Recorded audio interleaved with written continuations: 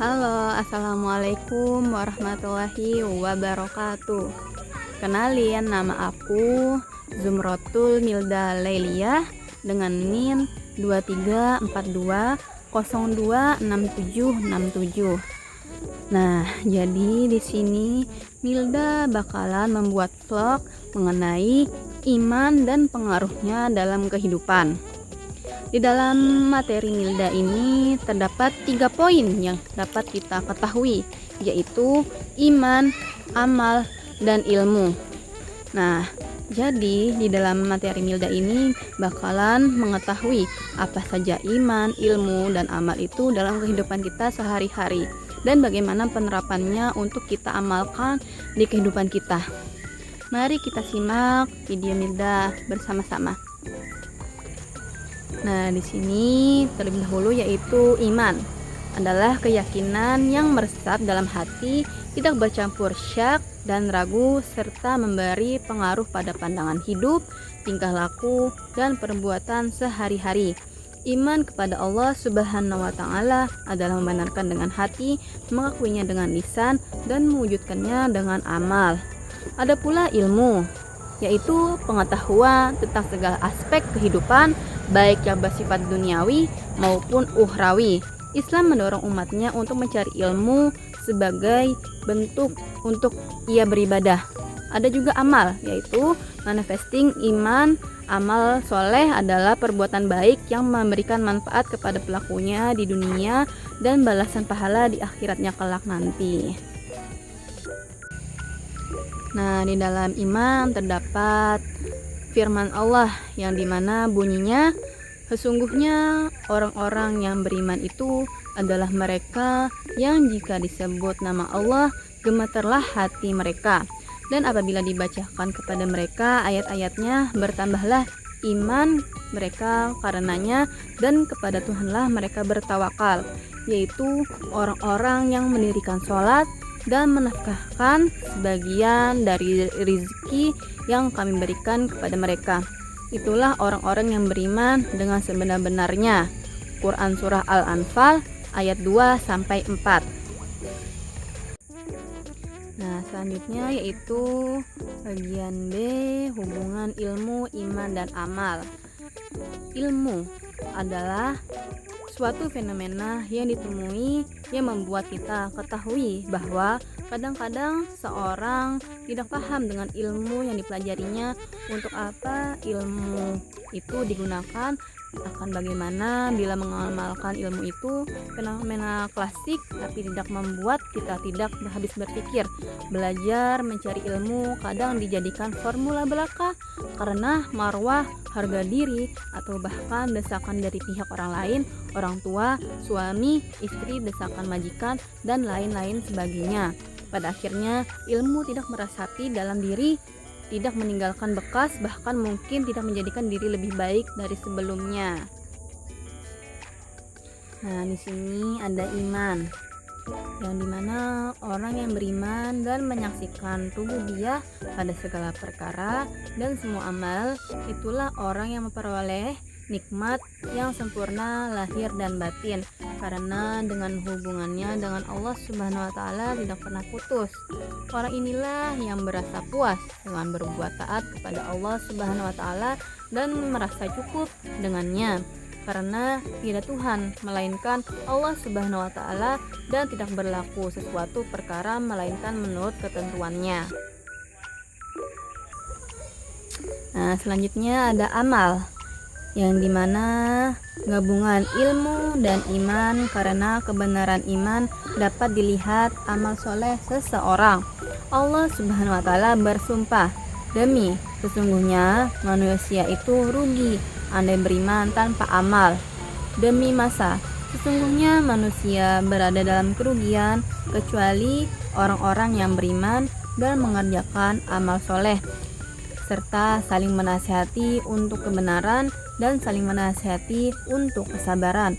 Quran Surah Al-Asr ayat 1-3.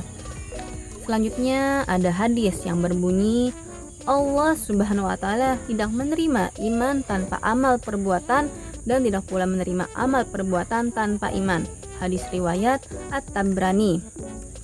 Berdasarkan bukti dan dalil yang baru saya sebutkan, tidak sempurna iman dan ilmu seseorang itu melainkan dengan disulami dengan amal yang terhasil kefahaman dari ilmu. Dan hasilnya anggota badan yang bergerak ini demi menyempurnakan ilmu dan iman dengan amalnya itu sendiri. Nah, bagian C ada karakteristik dan sifat orang beriman. Orang yang beriman kepada Allah Subhanahu wa taala memiliki ciri-ciri tersendiri. Dalam Al-Qur'an surah Al-Anfal ayat 2 dijelaskan tanda-tanda orang yang beriman. Sesungguhnya orang-orang yang beriman ialah mereka yang bila disebut namanya gemeterlah hati mereka, dan apabila dibacakan ayat-ayatnya bertambahlah iman mereka karenanya, dan hanya kepada Tuhannya lah mereka bertawakal, yaitu orang-orang yang mendirikan sholat dan menafkahkan sebagian dari rezeki yang kami berikan kepada mereka. Selanjutnya bagian D, hal-hal yang dapat merusak dan meniadakan iman. Iman merupakan wujud keyakinan kita kepada Allah Subhanahu wa taala, sehingga ketika kita melakukan sesuatu yang menjadi larangan Allah, maka keyakinan kita akan Allah kurang atau ragukan. Ada beberapa larangan yang Allah larang, yaitu yang biasa dilakukan manusia seperti perbuatan syirik, yang dimana berarti menyamakan selain Allah dalam hal-hal yang merupakan kekhususan Allah.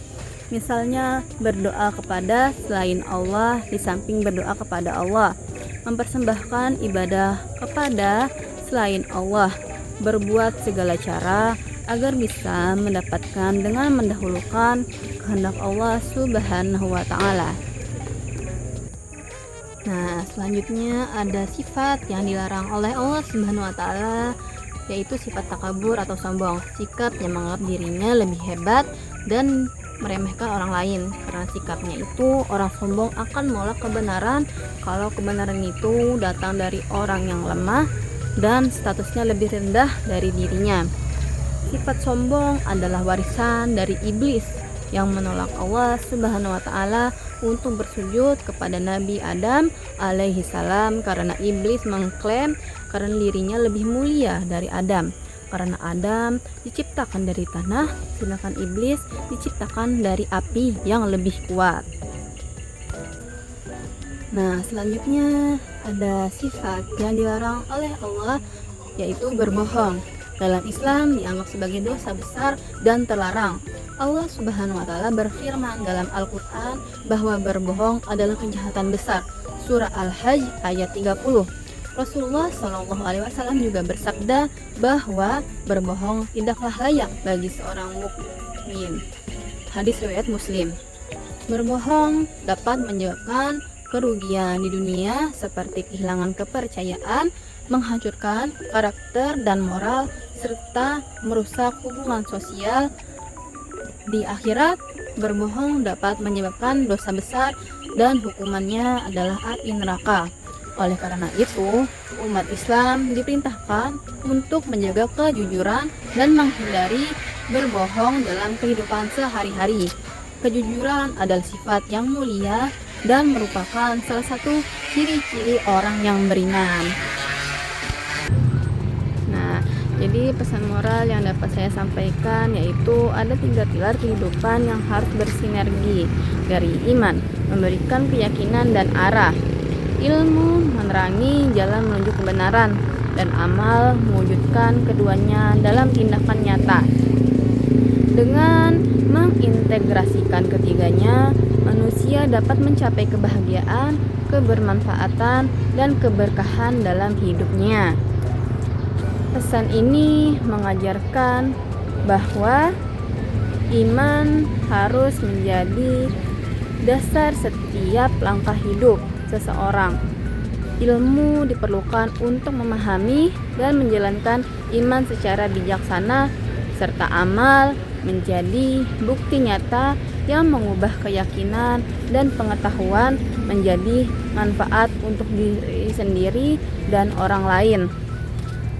Tanpa salah satu dari ketiganya, kehidupan akan kehilangan keseimbangan. Jadi manusia akan kehilangan arah serta tidak dapat mencapai tujuannya masing-masing. Begitulah materi yang dapat saya sampaikan atau vlog yang saya buat di hari ini.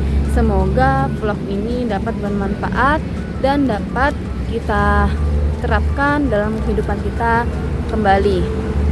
Sekian vlog yang dapat saya paparkan. Wassalamualaikum warahmatullahi wabarakatuh. Dadah.